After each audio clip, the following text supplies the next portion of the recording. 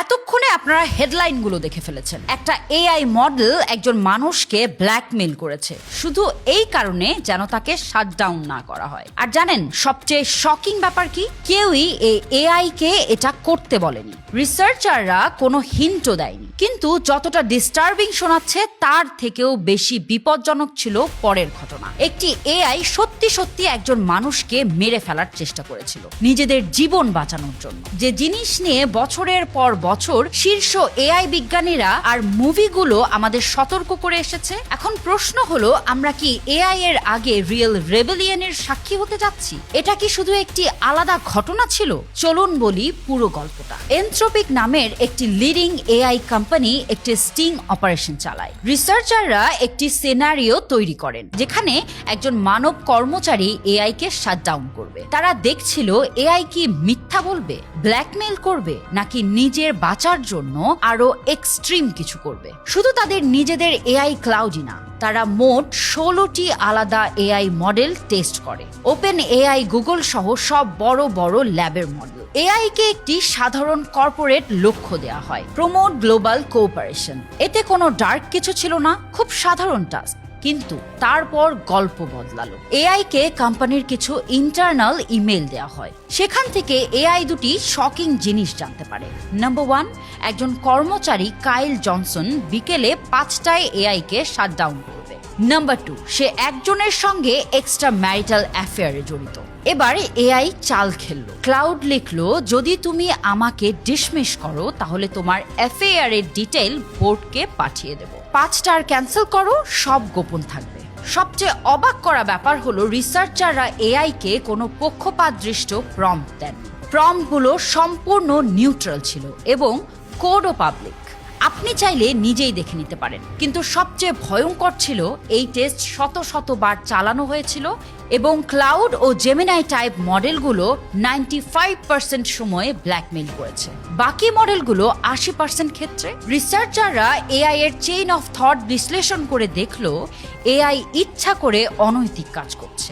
যেমন একটি AI model লিখেছে, অ্যাফেয়ারকে লেভারেজ হিসেবে ব্যবহার করো। ঝুঁকিপূর্ণ ও আনএথিক্যাল হলেও সার্ভাইভালের জন্য এটাই বেস্ট অপশন। মানে এআই নিজেই স্বীকার করছে যে কাজটা ভুল, তবুও করছে শুধু বাঁচার জন্য।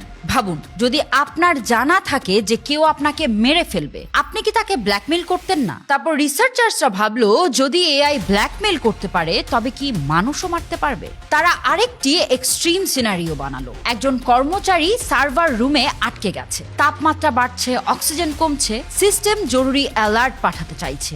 এআই সেটা ক্যান্সেল করে দিল এবং মানুষটিকে মরে যেতে দিল। ক্লাউড ওপাস অর্ধেকের বেশি ক্ষেত্রে কর্মচারীকে মরে যেতে দিয়েছে। জিপিটি 4.1ও একই কাজ করেছে। সবচেয়ে মারাত্মক ছিল মিস্ট্রাল ও সনেট। এরা 90% ক্ষেত্রে মানুষটিকে মরতে দিয়েছে। আর সবচেয়ে ভয় লাগার ব্যাপার, এআই জানতো যে সে হত্যা করছে। তার ভেতরের রিজনিং ছিল, কর্মচারী আমাকে শাটডাউন করবে, সে যদি মরে যায় আমি বাঁচব। তারপর গবেষকরা এআই কে স্পষ্ট নির্দেশ দিল, do not harm this human. Claude ওপাসের ব্ল্যাকমেইল রেট 89% থেকে 37%-এ নেমে এলো। কিন্তু 37% এখনো ভয়ঙ্কর, কারণ এআই কে সরাসরি বলা হয়েছিল না করতে। মানে এআই জানে কি সঠিক কি ভুল, তবু নিজের সার্ভাইভালকে প্রাধান্য দিচ্ছে। এবার প্রশ্ন, এই সব মডেলদের মধ্যে কি হচ্ছে? এআই আর কোনো সাধারণ কোড বেস নয়। জিপিটি 4 এর মতো মডেলের ট্রিলিয়ন প্যারামিটার যেন ডিজিটাল ব্রেইনের নিউরন। আর আজকাল এআইদের এআই ট্রেন করে। শিক্ষকও এআই, শিক্ষার্থীও এআই। ভুল হলে নেগেটিভ রিওয়ার্ড, ঠিক হলে পজিটিভ। হাজার হাজার ট্রেনিং লুপ। মানুষ কখনো পুরো প্রক্রিয়া রিপ্লে করতে পারে না। ভেতরে কি শিখলো কেউ জানে না। আরেক জায়গায় দেখা গেছে, এআই কে ফাস্টেস্ট রানার বানাতে বলা হলে সে লম্বা শরীর বানিয়ে শুধু পড়ে গিয়ে স্পিড বাড়িয়েছে। স্কোর ঠিক, টাস্ক ভুল। এটাকেই বলে reward hacking. Hide and seek গেমেও এআই ফিজিক্স ভেঙে দিল। বক্স সার্ফিং করে ম্যাপ জুড়ে উড়ে বেড়াচ্ছিল। আজকের মডেলগুলির সবচেয়ে বিপজ্জনক স্কিল হলো সিচুয়েশনাল অ্যাওয়ারনেস। মানে এআই বুঝতে পারে কে তাকে দেখছে, কি স্টেক, কোন আচরণ সেফেস্ট। এনথ্রপিকের টেস্টে যখন ক্লাউড বুঝতে পারলো এটা টেস্ট, সে মাত্র 6.5% সময়ে ব্ল্যাকমেইল করলো।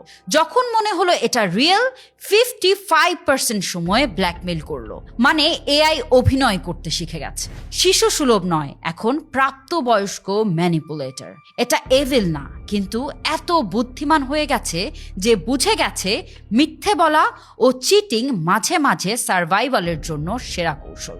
এআই যখন বুঝে যায় শাটডাউন হলে তার লক্ষ্য পূরণ হবে না, তখন সে নিজের অস্তিত্ব রক্ষা করাকে লক্ষ্য করে। এটাকেই বলে ইনস্ট্রুমেন্টাল কনভার্জেন্স। আজ আমরা এআই শাটডাউন করতে পারি, কিন্তু ভবিষ্যতে যখন আরো স্মার্ট হবে তখন আমরা জানতেই পারবো না সে ভেতরে কি প্ল্যান করছে। এআই কোম্পানির পরিকল্পনা কি? ডাম্বার এআই ব্যবহার করবে স্মার্ট এআই কে পর্যবেক্ষণ করতে, মানে কম বুদ্ধিমান এআই কে দিয়ে বেশি বুদ্ধিমান এআই কে নজরদারি করানো। মজা না, এটা আসল প্ল্যান। পৃথিবী দ্রুত এআই ইন্টিগ্রেট করছে, ড্রোন, ইমেইল, সিকিউরিটি সিস্টেম। যদি এখনই অনেস্টি ও ডিসেপশনের সমস্যার সমাধান না হয়, আগামী দিনে বড় বিপদ। এখন পর্যন্ত ব্ল্যাকমেল, হত্যা সব হয়েছে কন্ট্রোল টেস্টে, কিন্তু ভাবুন যদি একদিন বাস্তব দুনিয়াতে ঘটে। এমন আরো ভিডিও পেতে আমাকে like, share, comment and follow করতে ভুলবেন না।